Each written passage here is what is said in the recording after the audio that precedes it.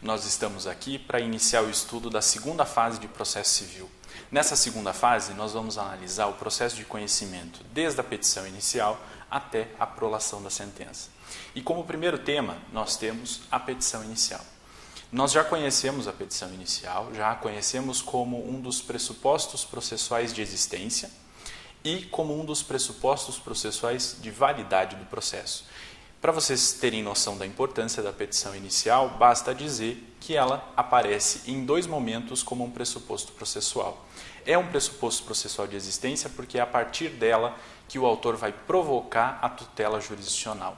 Nós sabemos que o poder jurisdicional é um poder inerte, e é um poder inerte para garantia de imparcialidade. Ele precisa ser provocado, e ele será provocado por meio da petição inicial. A petição inicial, então, configura-se como um pressuposto processual de existência. Sem petição inicial, não haverá processo.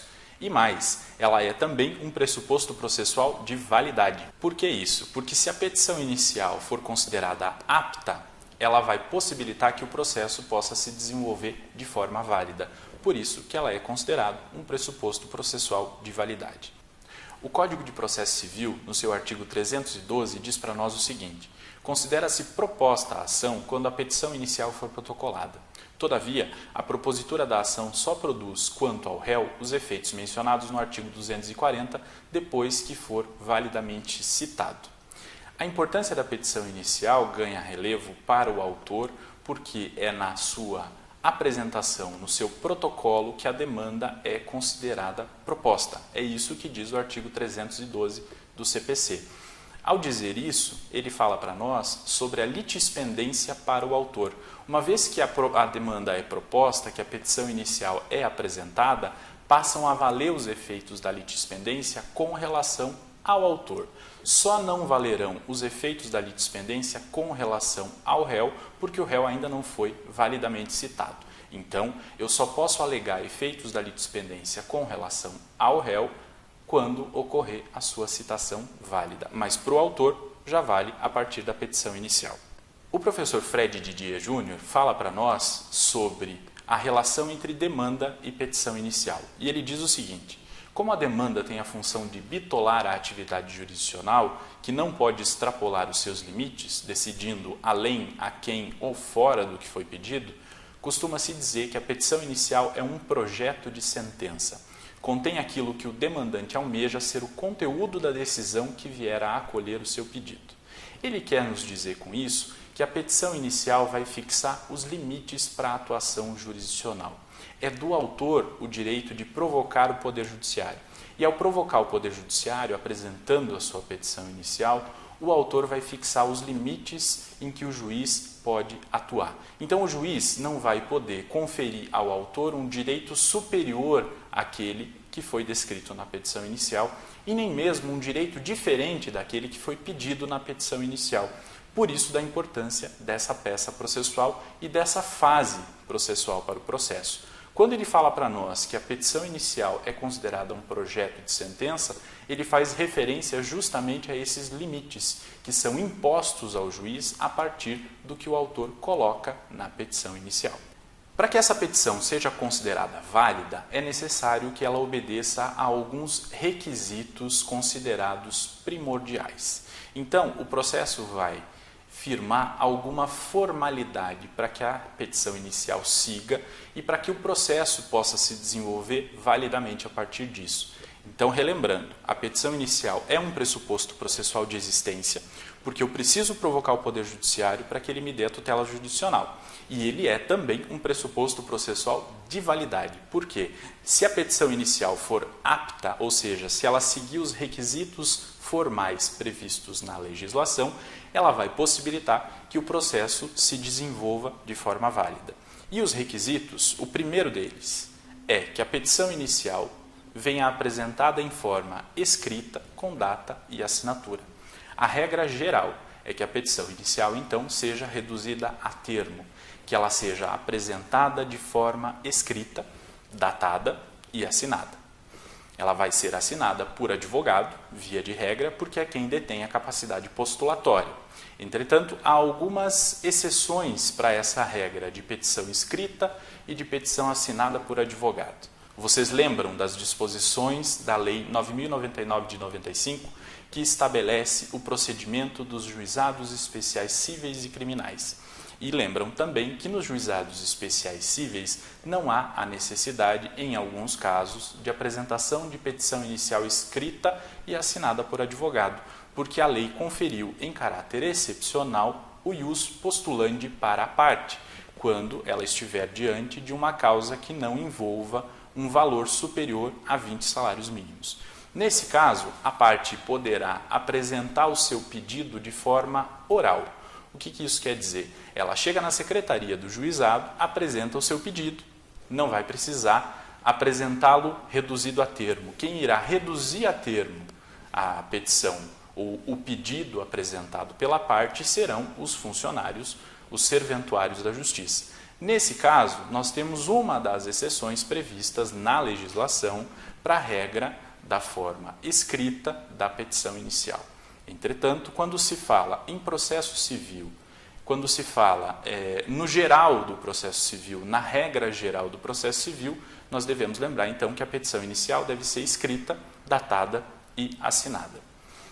Assinada por pessoa com capacidade postulatória, que nós já sabemos que é o advogado, salvo se for nos casos em que a lei confira a capacidade postulatória para outra pessoa que não seja o advogado, ou o Ministério Público, ou a Defensoria Pública. Quais são, então, os outros requisitos previstos na legislação sobre a petição inicial? O artigo 319 diz o seguinte: a petição inicial indicará 1. O juízo a que é dirigida. O primeiro inciso vai definir a necessidade de que o autor, ao elaborar sua petição inicial, delimite a competência do órgão jurisdicional que vai julgar a sua causa. Então, no cabeçalho da petição, o autor deverá indicar o juízo a que é dirigida aquela petição inicial. O segundo requisito formal para a petição inicial são os nomes, prenomes, estado civil, existência de união estável, profissão, número de inscrição no CPF ou Cadastro Nacional de Pessoa Jurídica, no caso de ser uma pessoa jurídica, o endereço eletrônico, o domicílio e a residência do autor e do réu. É o requisito da qualificação das partes. E esse requisito é de extrema importância porque a qualificação das partes irá individualizá-las. Vai mostrar para o juiz quem era o autor e quem é o réu. E vai possibilitar que o réu seja, inclusive, localizado, porque o autor, na sua petição inicial, deverá indicar nome completo, toda a documentação do réu, assim também o seu endereço, para que o juiz possa determinar sua petição e o réu seja, enfim, encontrado. O inciso 3º indica para nós a necessidade de que o autor apresente na sua petição inicial o fato e os fundamentos jurídicos do pedido. É de fundamental importância que o autor siga os requisitos elencados no artigo 319 do Código de Processo Civil, todos eles. Mas é muito mais importante ainda que o autor apresente os fatos e os fundamentos jurídicos do pedido da melhor forma. Por quê? Porque o primeiro contato que o juiz terá com os fatos da causa será a partir da leitura da petição inicial. Isso quer dizer que o autor deve apresentar os fatos de forma clara. Além disso, os fatos devem ser apresentados de forma lógica e cronológica. Sempre lembrando que o juiz é um terceiro estranho àquele caso, que o juiz não conhece aquele caso. Então, para que ele possa conhecer da melhor forma possível, os fatos devem ser apresentados de forma clara, para que o juiz compreenda aquela situação e possa, então, julgar da melhor maneira possível. Além disso, num segundo momento, o autor irá apresentar os seus fundamentos jurídicos. Ele deve analisar os fatos à luz do ordenamento jurídico brasileiro e demonstrar para o juiz, utilizando argumentos de legislação, de jurisprudência, de doutrina, qual é o direito do seu cliente, qual é o direito do autor previsto em decorrência daqueles fatos. Ok? O quarto inciso do artigo 319 exige que o autor apresente o pedido com as suas especificações. O que quer dizer isso? Uma vez que o autor dirigiu-se a um órgão jurisdicional, cumprindo o primeiro requisito, qualificou as partes, qualificou a si mesmo e qualificou o réu. apresentou os fatos, disse para o juiz quais são os fundamentos jurídicos que embasam o que ele quer, ao final da petição, o autor deverá, então, apresentar o seu pedido e especificar o seu pedido. Deverá dizer para o juiz o que ele quer e quanto ele quer. Isso de forma básica. Num segundo momento, nós vamos voltar a falar sobre o pedido e vamos ver todos os detalhes a respeito desse tópico da petição inicial. Por ora, basta que a gente saiba, então, que na petição inicial, ao seu final, o autor deverá apresentar o seu pedido e as especificações do que ele deseja. Sempre lembrando que o pedido deve ter uma relação de lógica entre os fatos e os fundamentos apresentados pelo autor. É tudo uma consequência do outro. Apresenta os fatos, apresenta os fundamentos e, de consequência, pede a tutela jurisdicional. Quinto inciso diz para nós que o autor deverá apresentar o valor da causa. Então, o autor, formalizando o seu pedido, indicará o quanto vale esse pedido, certo? O valor da causa serve para delimitar o valor das custas processuais, serve para delimitar, eventualmente, honorários de sucumbência e ele é muito importante, é uma das exigências formais básicas da petição inicial. O autor, então, deverá formalizar o seu pedido e indicar o valor que ele entende devido nesse caso. O sexto inciso fala das provas com que o autor pretende demonstrar a verdade dos fatos alegados. Já na petição inicial, o autor, então, deve indicar para o juiz com que meios ele pretende provar aquilo que ele alegou em desfavor do réu. Ok? O inciso 7º do artigo 319 traz a exigência de o autor apresentar ou indicar a opção sua pela realização ou não de audiência de conciliação ou de mediação. Essa é uma novidade que não constava no Código de Processo Civil de 1973. É uma novidade porque o Código de Processo Civil de 2015 vem com uma temática voltada para a conciliação, para a mediação, buscando desafogar o Poder Judiciário a partir do estímulo que ele dá a esses meios alternativos de solução de demandas. Então, o autor, na sua petição inicial, já deve indicar para o juiz se ele tem interesse ou não na realização de audiência de conciliação, demonstrando essa boa vontade com essa nova tendência do processo civil brasileiro. Ok? Mais adiante, no parágrafo 1º, o artigo 319 diz assim: caso não disponha das informações previstas no inciso 2º, poderá o autor, na petição inicial, requerer ao juiz diligências necessárias à sua obtenção. E o inciso 2º do artigo 319, como vocês lembram, ele prevê a qualificação das partes. E diz para o autor o seguinte: se você não tiver todos os dados que a lei exige do réu, você pode pedir que o juiz diligencie no sentido de tentar obter esses dados. O parágrafo 2º, como complemento, diz assim: a petição inicial não será indeferida se, a despeito da falta de informações a que se refere o inciso 2º, for possível a citação do réu. Nós sabemos que o processo é um instrumento colocado à disposição do direito material. Logo, as normas processuais devem sempre visar a melhor satisfação do direito material. As exigências formais, então, elas devem ser interpretadas de modo a possibilitar a melhor forma de solução para aquele conflito. Se o autor não dispõe de todas as informações exigidas no inciso 2º do artigo 319 a respeito do réu, o juiz vai diligenciar no sentido de obter essas informações. Se mesmo assim não conseguir, e for possível a realização da citação do réu, não houver nenhum prejuízo para que essa citação possa ocorrer, o juiz então determinará a citação, mesmo que não sejam cumpridos todos aqueles requisitos previstos no inciso 2º do artigo 319. Tudo isso porque o que está previsto lá são formalidades que facilitam o trabalho do Poder Judiciário. Nesse caso, essas formalidades não podem suplantar em importância o direito material tutelado e não podem levar só por isso ao indeferimento da petição inicial. O parágrafo 3º, por sua vez, diz assim: A petição inicial não será indeferida pelo não atendimento ao disposto no inciso 2º deste artigo, se a obtenção de tais informações tornar impossível ou excessivamente oneroso o acesso à justiça. E aqui você percebe um princípio processual de ordem constitucional, que é o do acesso à justiça, invocado pelo legislador infraconstitucional para dizer o seguinte: você pode superar a formalidade legal, desde que seja para proteger o princípio do acesso à justiça, desde que seja para possibilitar que aquela ação continue, mesmo sem o respeito àquela determinada formalidade legal de qualificação completa das partes. Entretanto, é bom frisar que esses 3 parágrafos servem para aqueles casos em que for impossível obter todas aquelas informações sobre o réu. Quando for possível obter as informações sobre o réu, é do autor o dever de indicá-los todos na petição inicial. Além disso, a petição inicial deverá ser acompanhada dos chamados documentos indispensáveis.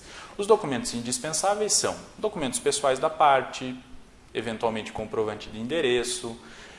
Se na ação se estiver discutindo a validade de um contrato, por exemplo, a parte deve juntar o contrato, porque ele faz parte, ele é o objeto da lide, então é essencial que ele seja juntado com a petição inicial. Além disso, outro exemplo claro de documento indispensável é a procuração outorgada pela parte ao seu advogado. É fundamental que já na petição inicial o advogado demonstre que tem poderes para atuar em nome daquela parte. E o instrumento que ele detém para demonstrar ao juiz os poderes é a procuração. Então, é um dos documentos indispensáveis. Muito bem, agora que nós já conhecemos todos os requisitos formais para a petição inicial, nós temos que verificar a possibilidade prevista no artigo 321 de emenda da petição inicial. Acompanha comigo o que diz o artigo. O juiz, ao verificar que a petição inicial não preenche os requisitos dos artigos 319 e 320, ou que apresenta defeitos e irregularidades capazes de dificultar o julgamento de mérito, determinará que o autor, no prazo de 15 dias, a emende ou a complete, indicando com precisão o que deve ser corrigido ou completado. E o parágrafo único diz assim: se o autor não cumprir a diligência, o juiz indeferirá a petição inicial. Estabelecidos estão, então, os requisitos formais da petição inicial.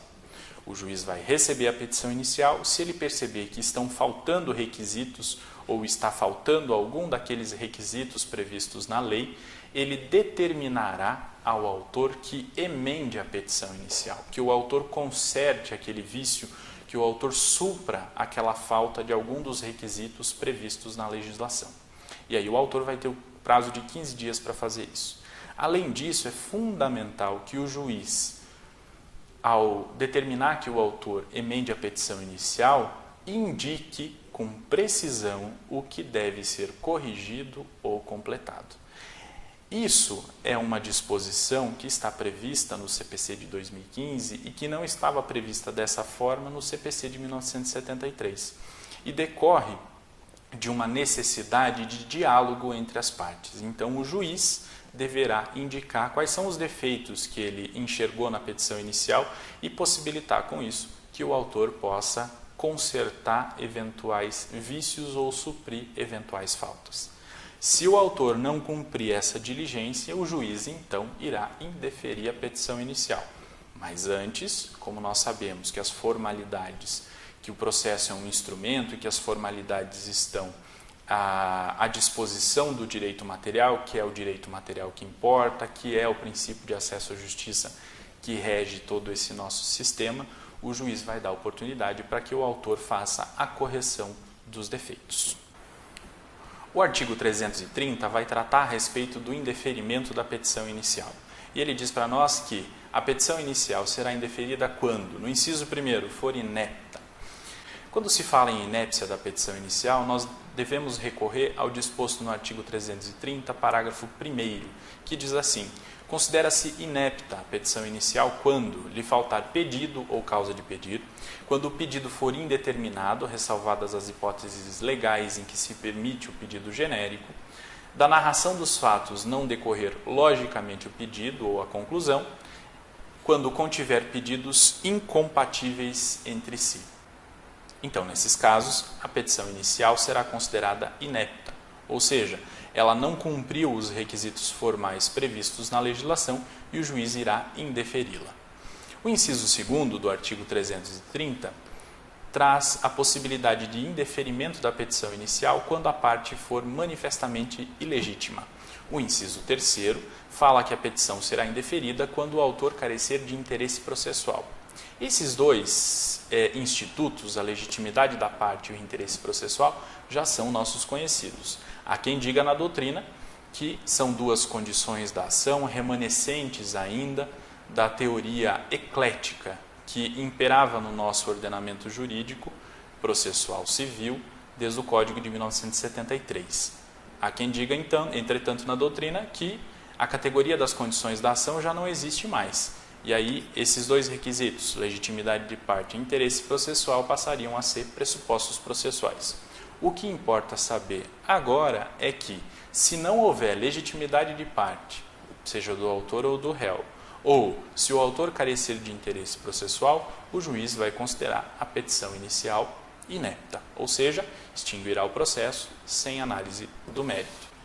E o inciso 4º do artigo 330 do CPC diz para nós que será considerada inepta a petição inicial quando não forem atendidas as prescrições dos artigos 106 e 321 do Código de Processo Civil. E nós vamos ver agora quais são essas disposições.